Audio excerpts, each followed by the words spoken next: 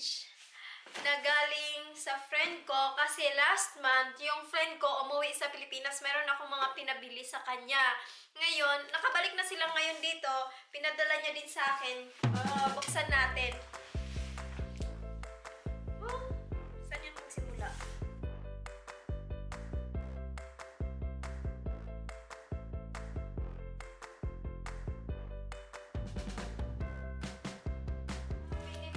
Binilhan niya ako ng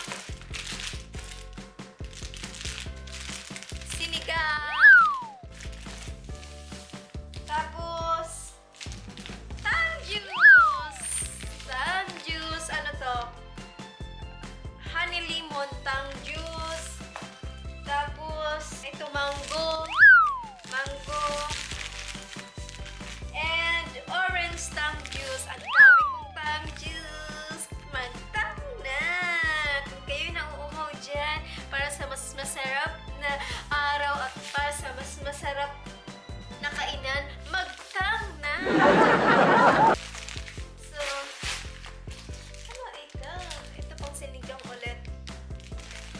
Binila niya ako ng tuna loaded. Ano ito? Hindi ko alam. Ito, adobo.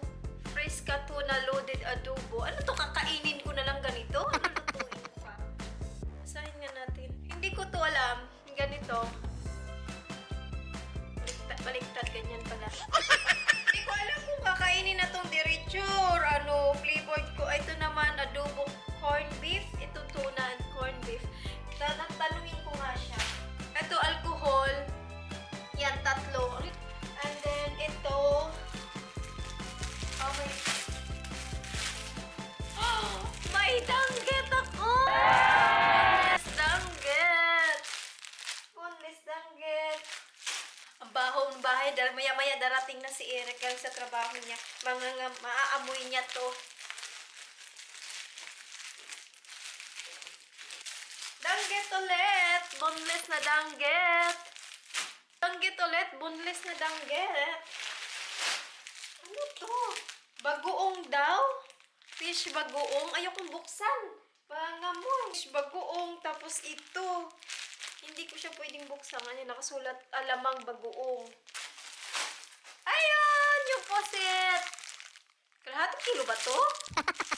Wala pa to kalahating kilo eh. Poset.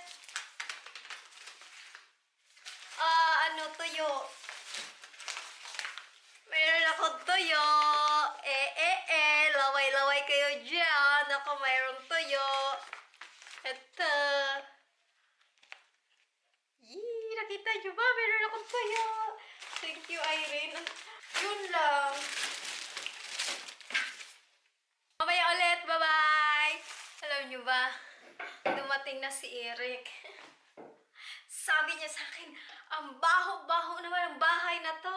Ang baho-baho ng bahay. Nakita niya itong mga ganito. Yan, mga ganyan.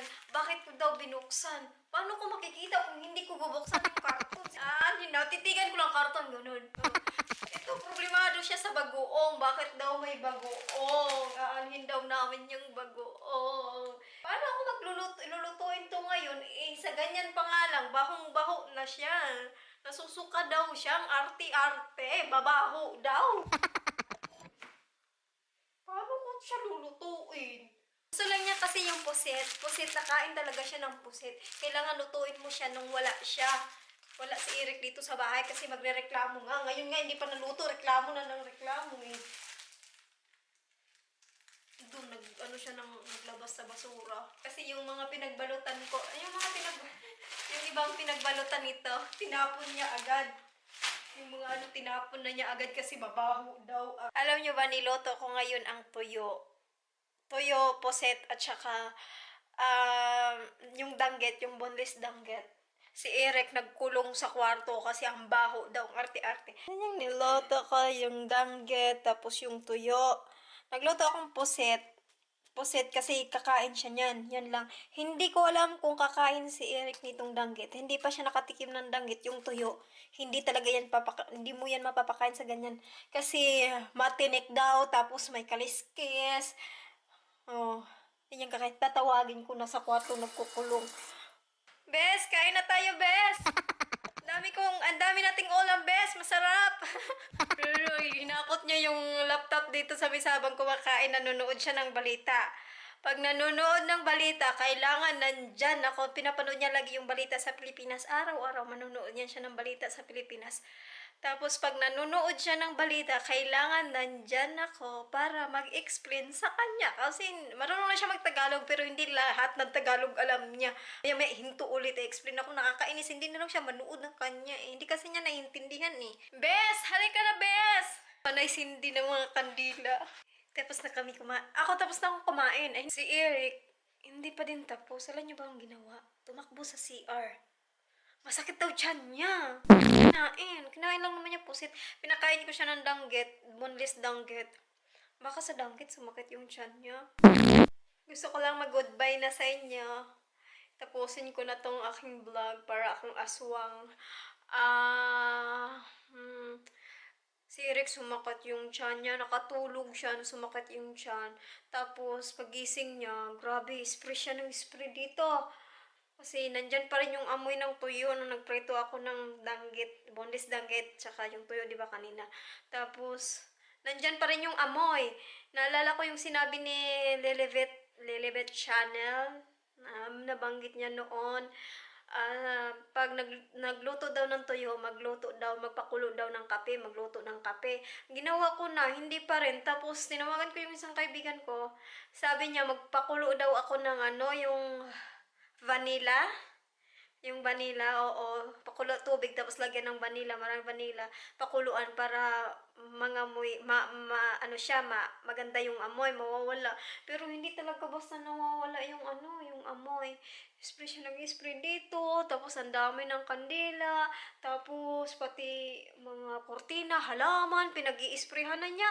Kung ano-ano lang ini-spray eh. Tapos, siguro sumakit din siguro yung tiyan niya dahil sa amoy. Kaya ayaw niya halos pumunta dito. Buti na lang marami akong niluto para matagal ulit ako makapagluto. Nilagay ko lang siya sa pero hindi naman yan masisira. Ayun. Maligo na ako kasi mabaho na rin ang ulo ko. Hindi ako pwedeng pumasok sa kwarto na mabaho ako kasi maamoy niya. Ayaw niya nga yung amoy eh. Para akong aswang, pero wag kayo, malabyansi yan, malabyansi yan. Hindi, tingnan mo, ay, yung buhok ko dito, hindi yan kasi wala akong suklay-suklay. Hindi kasi ako nagsusuklay. Kasi babagsak lang naman yan. Tingnan nyo. Nasunod nga. Sumusunod. Sa gala mo, sumusunod. Okay, magbabay na ako. Bye-bye. Good night. Bye-bye. Goodbye.